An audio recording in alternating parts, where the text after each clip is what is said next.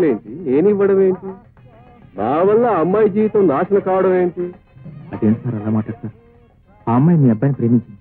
ఆ అమ్మాయితో నాకు ఏ విధమైన సంబంధం లేదని మీకు తెలుసు. కేవలం మీరు 10,000 ఇవ్వటం వల్ల నేను అబద్ధం సాక్ష్యం చెప్పాను. ఇప్పుడు అమ్మాయి జీవితం నాశనం చేయకండి. ఆ అమ్మాయిని మీ అబ్బాయికి పెళ్లి చేసుకోండి. నీతో సంబంధం ఉన్న అమ్మాయిని మా అబ్బాయికి ఎలా పెళ్లి చేస్తావయ్యా? లాయర్ గారు అలా చెప్పంటే కదా నేను చెప్పాను. లాయర్ గారు చెప్పడం ఏంటి? ఇక్కడే ఉన్నారు, వెళ్ళి మాట్లాడు. లాయర్ గారు,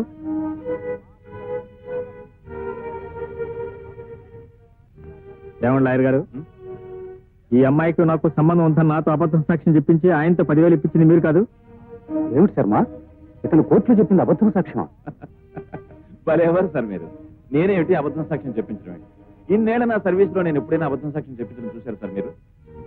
ఏమయ్యా, నువ్వు నేను ఎప్పుడు కలుసుకున్నావు, ఎప్పుడు మాట్లాడుకున్నావు? ఈ కేసుతో నాకు సంబంధం ఉంది, నేను సాక్ష్యం చెప్తాను అన్నావు. సరే రమ్మన్నాను, వచ్చావు, సాక్ష్యం చెప్పావు. సార్, మీకు పిల్లలు ఉన్నారో లేదో నాకు సరిగ్గా తెలియదు. ఆడపిల్లలు ఉండే ఉంటారు. ఒక ఆడపిల్ల ఉసురు మాత్రం పూసుకోవద్దని చెప్తున్నాను. కేవలం ఈ పిల్ల పెళ్లి పాడు చేయడం కోసం నాతో మీరు అబద్ధం సాక్ష్యం చెప్పించారు. ఏమండి ధనంజయరావు గారు, ఏమిటి న్యూసెన్స్ అంతా? న్యూసెన్స్ కాదండి, మహా న్యూసెన్స్. ఆనాడు తన పెళ్లి ఎక్కడ ఆగిపోతుందోనని నేను చంపడానికి ప్రయత్నించానని నా మీద పోలీస్ కేసు పెట్టింది. కోర్టులో సాక్ష్యం ఇచ్చాడని ₹1,00,000 ఇతని బుట్టలో వేసుకొని ఉంటుంది. ఇప్పుడు ఈ పెళ్లి ఆపేసి నా ఆస్తితో కొట్టాలని చూస్తుంది. ఇదంతా బ్లాక్ మెయిలింగ్ అండి. ఇన్స్పెక్టర్ గారు చూడండి. పిచ్చి పిచ్చి వేషాలు వేస్తున్నావా? మర్యాదగా ఇక్కడి నుంచి బయటికి వెళ్ళండి, లేకపోతే అరెస్ట్ చేస్తాను. నిజమే చెప్తున్నాను. కేవలం నా ఒక్క అబద్ధం సాక్ష్యం వల్ల అమ్మాయి జీవితం నాశనం చేయకండి. అంటే నువ్వు చెప్పిన అబద్ధము సాక్ష్యాన్ని దృష్టిలో పెట్టుకుని నేను తీర్పు చెప్పానంటావా? అంటే మేమంతా అసమర్థులం అంటావా? అబద్ధము సాక్ష్యం ఏదో నిజమేదో మాకు తెలియదంటావా? చూడు, అనవసరంగా నువ్వేదో చేయడానికి వచ్చి మరేదో చేయడానికి ప్రయత్నించు. వెళ్ళావు, అమ్మాయిని తీసుకుని వెళ్ళావు. ఇదిగో జడ్జి గారు కూడా కోపం వచ్చింది. వెళ్ళవయ్యా. చూడు తమ్ముడు, నా మాట నమ్ము. నాకు కల్పనకు ఎలాంటి సంబంధం లేదు. కేవలం నీకు కల్పనకు ఉన్న సంబంధాన్ని చేకొట్టడం కోసమే మీ నాన్న డబ్బారు చూపించి నాతో అబద్ధం సాక్ష్యం చెప్పించాడు. ప్లీజ్ నా మాట నమ్ము. నాకు ఆ అమ్మాయికి ఏం సంబంధం లేదు. ఆ అమ్మాయి జీవితం నాశనం చేయదు. ఆ అమ్మాయి జీవితం నాశనం చేయొద్దంటావు, మరి ఈ అమ్మాయి జీవితం నాశనం చేయమంటావా? అంత పవిత్రురాలైతే నువ్వే కట్టుకో.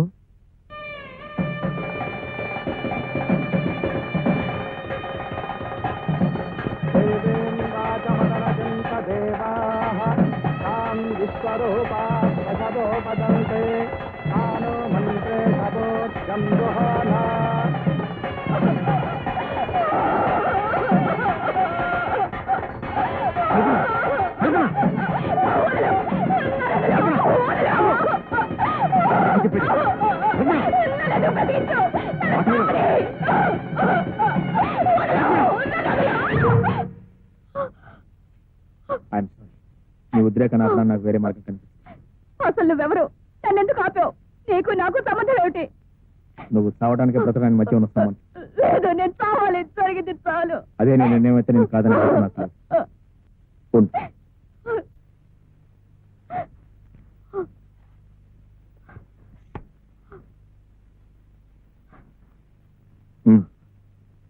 సత్యం ముందు నా చావుకు అభ్యునుడే కారణమని ఈ తెల్లకాతి మీద రాసి సంతకం పెట్టి కమా.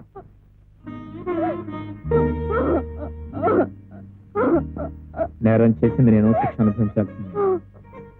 నా శిక్ష నువ్వు వేసుకుంటే నేను చేసిన పాపాన్ని శిక్ష అనుభవించాలిగా.